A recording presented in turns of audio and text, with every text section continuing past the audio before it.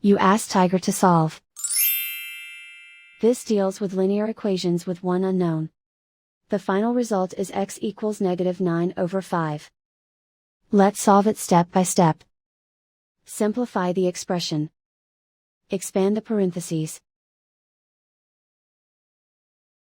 Simplify the arithmetic. Swap sides.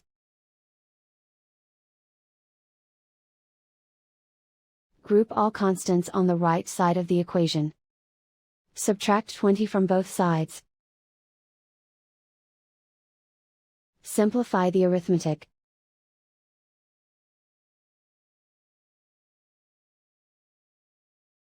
Isolate the x. Divide both sides by -5.